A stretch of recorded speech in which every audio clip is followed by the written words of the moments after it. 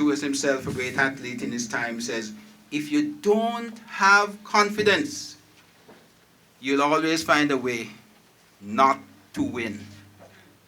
All right? Always find a way not to win. How many of you here perhaps are just overcome by the negatives?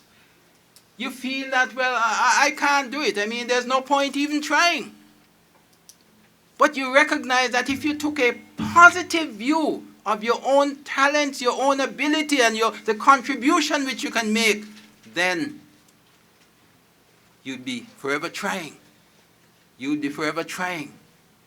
Because the characters in history that you recognize and admire so much did not do it just easy so.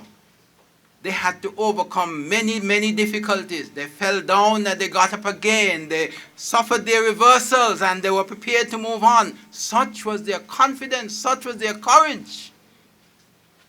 And I pray to God that in you and among you here this morning are confident young people, courageous young people who believe that, yes, I can make a difference. Yes, all is not lost. I'm prepared to do my best, and I believe that in doing my best, there are others who will follow my example. The last section of this I want to speak on has to do with self-liberation. How do we overcome all of the terrible, terrible negatives of slavery and of colonialism? How do we do that? You have to recognize that the aim of slavery was to dehumanize people. In fact, they did not really regard them as people. They wanted to rob them of their very humanity. They wanted to use them as if they were just animals for the work that they can do and the labor that they could provide. And so they did everything possible. They robbed them of their religion. They robbed them of their culture. And they told them, well, that was inferior. That was barbaric. They were trying to, rob these people of the very the very essence, if you will, of humanity. That's what they were trying to do. And I'm saying again, my brothers and sisters, that attitude will not just go away because you ignore it. Because you ignore what the slave masters tried to do over 200 years. Because you ignore it, it is not just going to go away.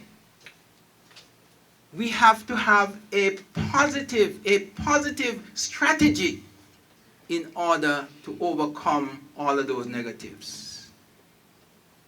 These were people who felt that, listen,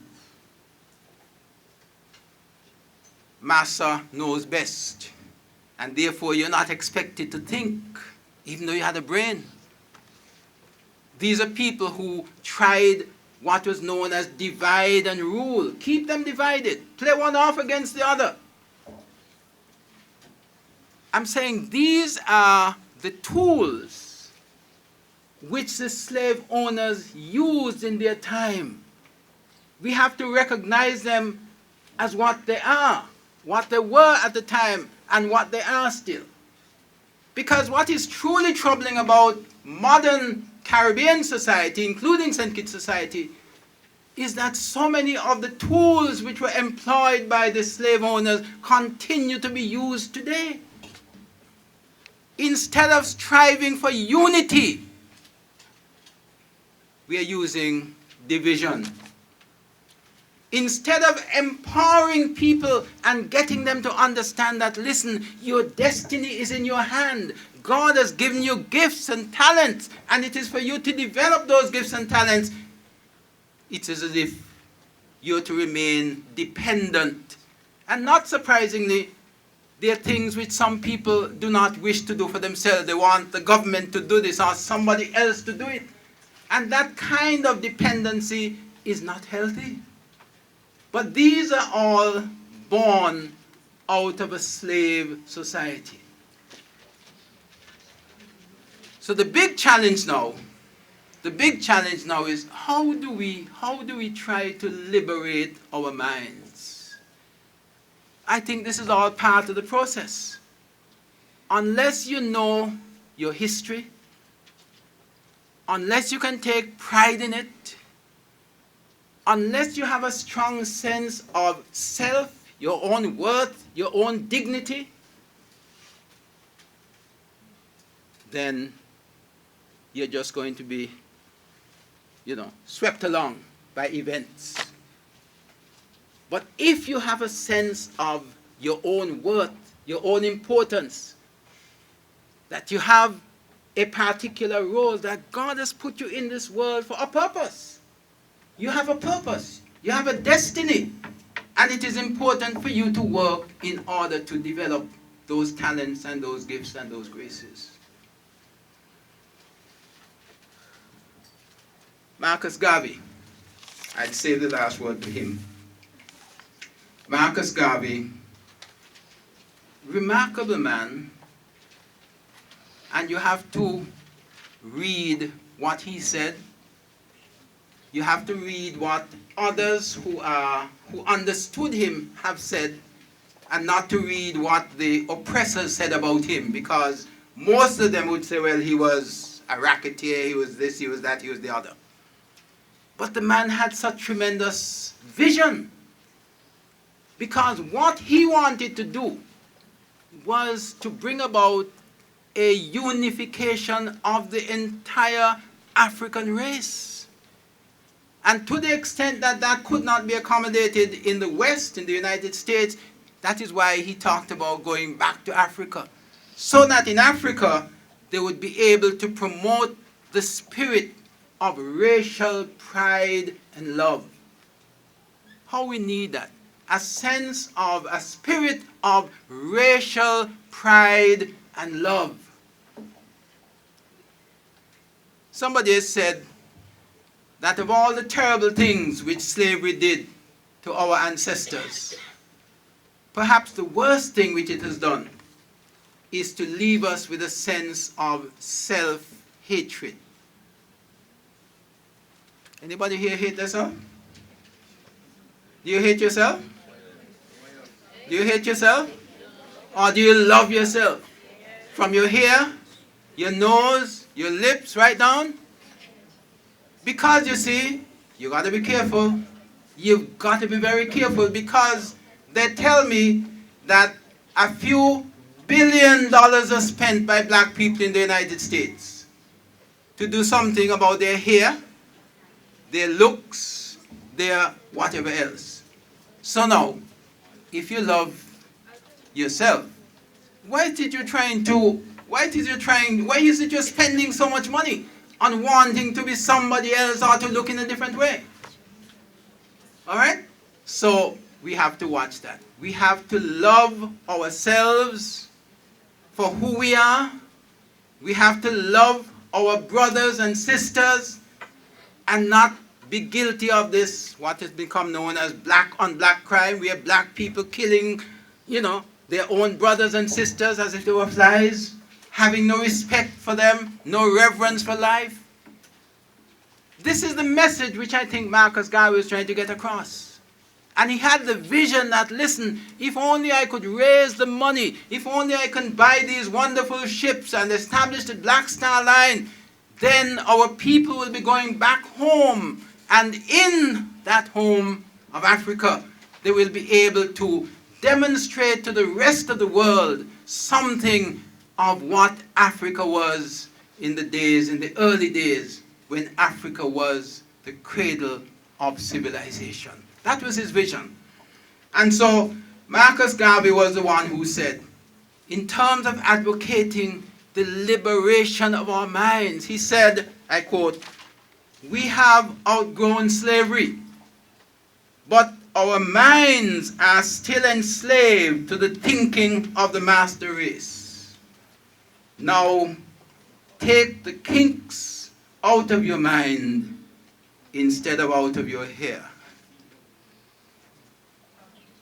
It's the mind. It's the mind. It's the mind. It's the mind. We need to liberate our minds. And as Bob Marley would have said, none but ourselves can free our minds. We got to do it. Because we have to recognize that those negative ideas about inferiority and those negative ideas of dependency and those negative ideas of divisiveness, they are the ones holding us back. The distrust which we have for each other. We're not prepared to trust each other. We don't love each other, and that is why you have all of these terrible, terrible, terrible murders. Because there's so much hatred. So let us end on a positive note. I'm saying that slavery is evidence of man's inhumanity to man. Black people were not enslaved because they came out of Africa or because they were inferior. That is not the case. If white people were available, they would have used white people. If white people were as strong physically as black people were, because as you know, the Amerindians were tried here in the Caribbean before the Africans came. Europeans came out and many of them died off, tropical diseases of one sort or another. But the Africans were strong, not only physically, but spiritually. Whenever I go up to Brimstone Hill, I take a little time just to reflect on the wonder of it all. Because the cannons, the stones, how did they get up there? It was thanks to the strength and the stamina and the determination of black people. In the hot sun, with the whips on their back. And it was not just a matter of physical strength. You look at the architecture of Brimstone Hill today and you recognize that our people were not just strong, but our people were skillful. They had skills, they had knowledge, they had a mind. Look around you and you'll recognize that we are not second class to anyone. We have the same talents, we have the same abilities, but so much depends on us. Whether we are able now to liberate our minds and in the process, to realize our full potential as a people. That is the challenge. I believe you can do it. I believe you can do it. And I believe that this series of lectures might well be the turning point when the high school students of St. Kitts begin to say, well, you know, I have to see myself differently. I have to see myself differently. I have to see my brother and my sister differently. I have to show more love. I have to show more reverence. I have to work for unity by showing that, yes, I care about my brother and my sister. I believe that it can be done. And take my word, I have confidence in you. Thank you. Any questions from anyone in the audience? Please show your hand and we will have you the question. There were many methods used to control the slaves. One in which is keep the body physically strong but psychologically depending on the slave master, which again could be interpreted as keep the body strong but take the brain. Do you think that this method is still effective in the black society today? That's a very, very profound question. And I'll begin to answer that question by referring to something which in history is called the Willie Lynch letter. Yes. You've heard about Willie Lynch letter? Now, bear in mind that there are some people who doubt the authenticity of the letter. There are some people who say, no, it was not written by Willie Lynch in 1712. It was written sometime later by somebody else. Now, if it was in fact written by Willie Lynch in 1712, you're going to find that next year is what? How many years? How many years? How many years? 1712 to 2012. 1712 to 2012. 300 years. I know we have mathematicians among us, right? And so, what is remarkable is that in that letter, in describing the tools which he was recommending for keeping slaves in subjection, he said, well, keep them divided. Keep them divided. Use a house slave against the field slave. Use those with a little straight hair against those with the natty hair. Use every conceivable division you can, and you're going to find that if you do that, and he actually said it, he said you'd be able to keep these people in subjection for 300 years. I'd encourage you to read it and come to your own conclusion. Because if you look at it, you're going to find that many of the tools, many of the methods which were used in slavery are still being practiced today. That's the honest truth. So I thank you for your question. You spoke about the first slave revolt happening, I think it's in 1639, I think.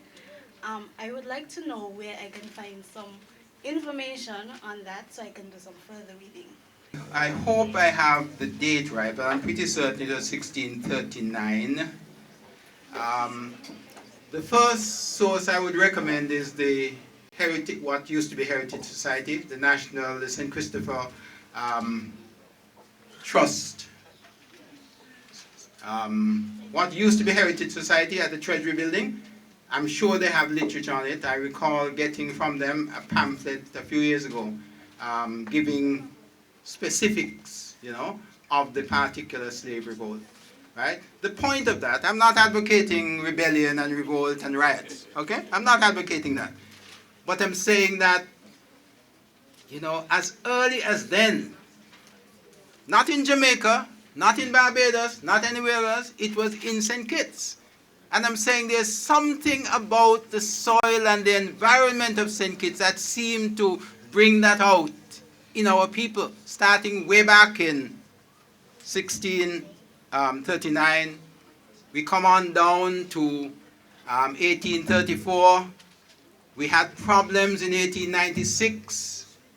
And the people were so bold, so brave, nothing could hold them back. There are reports indicating that after 1896, you had the 1935 riots, and the day following the Tuesday, the main events took place on the Monday. The Tuesday, it's recorded officially that there were women taunting the police and taunting the defense force, telling them, shoot me now, nothing in your